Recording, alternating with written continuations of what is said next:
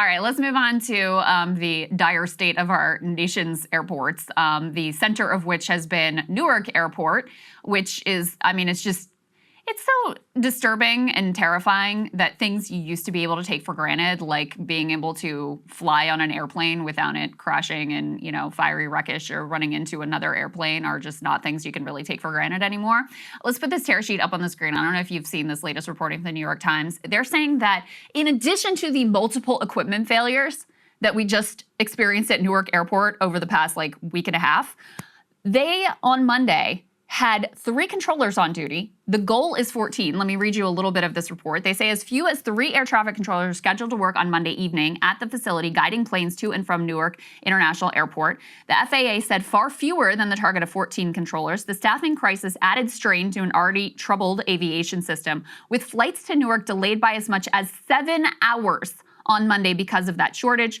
The FAA said in a statement it had at least 3 controllers scheduled every hour on Monday evening, but 4 people familiar with problems at the airport said the number of fully certified controllers on duty was at times 1 or 2. Staffing shortages affected flights at the airport for much of the day, forcing the FAA to hold up incoming flights from taking off. The delays primarily affected flights coming to Newark from the contiguous U.S. and parts of Canada, lasted on average more than an hour and 40 minutes and up to almost 7 hours, according to an online FAA advisory. So on top of that, as we know, and we'll talk about a little bit more, there were 3 different equipment failures, complete failures at Newark Airport. Sean Duffy, the head of transportation, is trying to spin and redirect the blame anywhere he possibly can, and he thinks he's found the culprit. Let's go ahead and take a listen to him. We've all been reporting and seeing what's happening at Newark Airport, and I think it is clear that the blame belongs with the last administration. People to judge, and Joe Biden did nothing to fix the system that they knew was broken. Your thoughts, Tim? I mean, I don't want to pretend to be an expert on the air traffic controlling system, and I'm sure that the Biden administration... John Duffy wants to pretend to be one, apparently. Yeah, exactly. Well, I mean, he is an actor, a reality show actor, at least. So, could the Biden administration have done more stuff on this? Maybe. I don't know. But I think the important context here is that we're just going through a period where Elon Musk is going to the government, running roughshod and randomly cutting a bunch of employees, based on essentially nothing, not based on performance, but just based on what their employment status was, or based on whether they had a DEI description in their job description, right? And so I think that, these guys need to take responsibility for what's happening. They're in charge now. It's been a while. I guess it's only been 3.5 months. It feels longer, but I do think it's their responsibility. And I just want to say, as the former Republican stand-in here, there is something to be said for we want to make a more efficient government. We want to make sure that we're not bloated, that we're not wasting people's money. I'm for all that. But is air traffic controllers the right place for that? I mean, that seems like a pretty essential service. And it is, and for me, somebody that actually cares about this stuff, thinks that our debt is out of control, thinks it's crazy that we're paying $100 million a month in interest on our debt. They're not achieving anything on this. The guys on the Hill, simultaneously to what all of this disaster happening at Newark, the Republicans on the Hill are proposing a tax bill and a budget bill that's going to add $20 trillion to the debt over the next 10 years. So we are cutting all of these people and putting ourselves at risk, putting our own citizens at risk who are flying around the country because we don't have enough air traffic controllers, in service of nothing. And it's just like the tariff situation. It's it'd be one thing if there was the objective was being met, and we were building more manufacturing plants here. We were cutting the debt down. I mean, I still don't think it probably would be worth it to cut the debt to have only one air traffic controller on in Newark. I don't think so. It would be one thing if we were actually achieving the objective, but they're not doing that. No. They're going to add to the debt, and they're cutting people just, again, I think in service of power and wanting to make sure they have political loyalty. Yeah, I mean, the most obvious place to cut is the Pentagon, and they're increasing the Pentagon budget. They want $1 trillion Pentagon budget. Cutting various government staffers is actually going to end up costing you money, especially in a place if you think of the most clear-cut example is the IRS, where, if you're slashing and burning the IRS, guess what? You're not going to be able to collect as much tax revenue from especially rich tax cheats, because they're the hardest ones to go after because they've got lawyers and tax shelters, and so it requires more resources. And so, yeah, you're going to end up actually spending more money after you cut and fire all this workforce. And to your point, they did fire hundreds of FAA employees. Now they swear, they had nothing to do with safety. But if you talk to the air traffic controllers, the people that work at the agency, they say just because they're not like directly an air traffic controller doesn't mean that they're not an important support for that system. So that's point number one. Point number two, Russ Vought and all the Project 2025 people, like Carter Ciarvin, who's one of the intellectual, I guess, architects of this regime, yeah, scare quotes very much merited. Their whole program is to traumatize federal government employees. So you go in with an agenda explicitly stated of traumatizing all federal government employees, and then lo and behold, you have a staffing crisis that is causing massive safety risks for the American people, and you want to wash your hands of it. Like, sorry, you don't get to. You don't get to.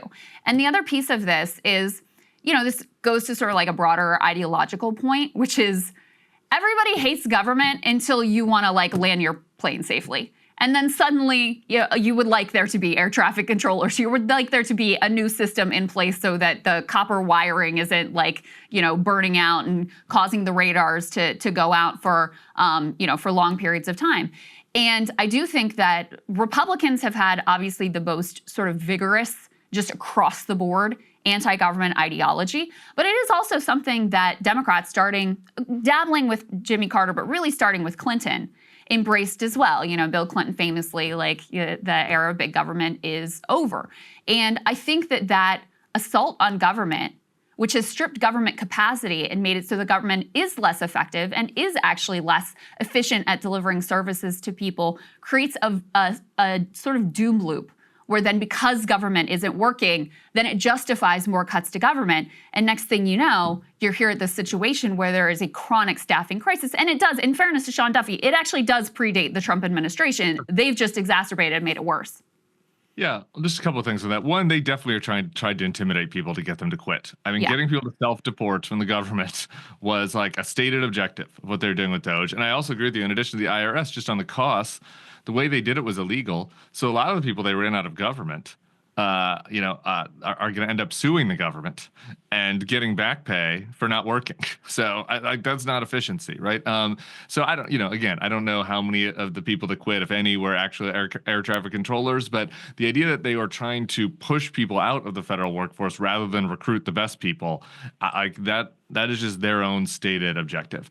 And, look, when it comes to that broader mission of undermining government that you're talking about, I'm more sympathetic to that than you are. I still think that there's bloat in the federal government. You talk to anybody that works in the federal government, they'll say there is. By the way, you talk to anybody that works in any big organization, they'll say we've got bloat in our organization. But to me, the right thing to do is to balance that with how do we modernize it? How do we actually make it more efficient, not like fake 1984 efficient, like Doge, right? And the Obama administration actually put some effort into this, maybe not as enough. And to me, that's like the craziest thing about Trump surrounding himself with all these tech geniuses. I mean, he's got Elon, who I hate, but say what you want about him, like figured out better than the existing companies, how to get the low orbit satellites going so that people can have Wi-Fi. I mean, he wasn't like the inventor of that, but his company was able to do it. Mark Andreessen, who's around Trump, literally was the inventor of Netscape, the browser. So he's got all of these tech bros who've come around to him, and rather than using their expertise to figure out how can we make the government more efficient, how can we make services better, how can we perform at a higher rate, like they decided to take a blowtorch to the place, and then they want to wash their hands of it when there are problems associated with that. And to me, I think that's the craziest part about all of it. Yeah, well, it's much easier to destroy than to build. And I think you see this in real time. Like, I think Sean Duffy genuinely would like to improve the air traffic control system at this point. But that's, building out and refurbishing the system. It actually will take a congressional appropriation. You're going to have to deal with Congress. It's going to take time. It's going to take money, et cetera.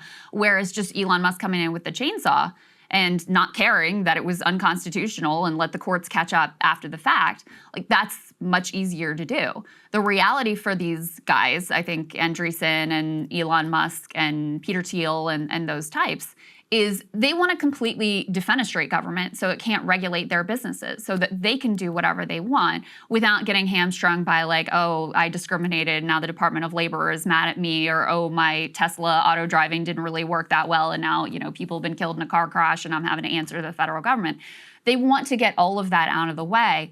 And especially in the context of, both of these guys are major players in terms of the rapid development and acceleration of AI.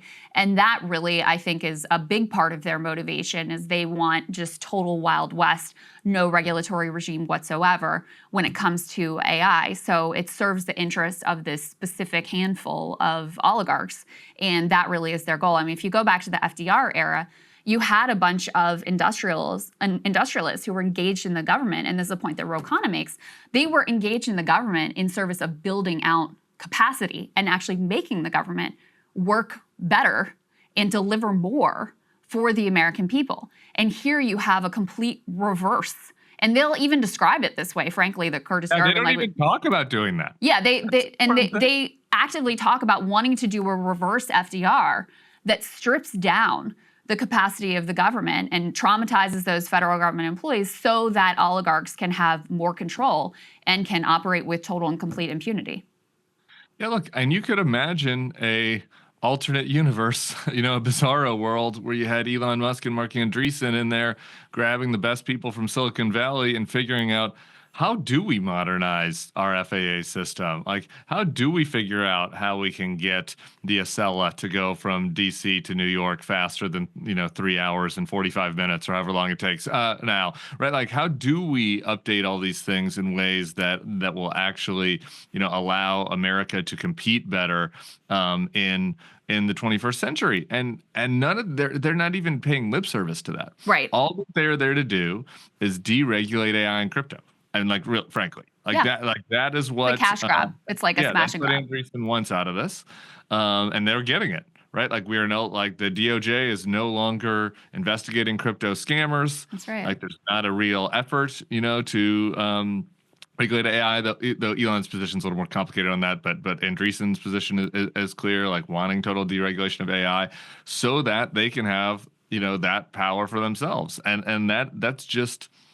Like, unfortunately, that's just the reality of what we're dealing with these guys. Yeah, no, that's absolutely right. It is why I thought that the project needed to be opposed on principle, because having the richest man on the planet, unelected, and given vast control over the entire federal government is just, even if he did have worthy goals, which he doesn't, but even if he did have goals that I thought were noble and could be good, I think that project has to be opposed in principle because of the damage that it does to our democracy, and because we don't want to be ruled by oligarchs and they're have to deal with their conflicts of interest and wonder whether or not whatever they're doing at the FAA has to do with modernizing the system, or whether it has to do with stealing a contract from Verizon, which is something that SpaceX is accused of doing while they're in there. Other countries to using Starlink. Yeah, that's exactly right. Yeah, it was a great report from Jeff Stein at the Washington Post about all of that.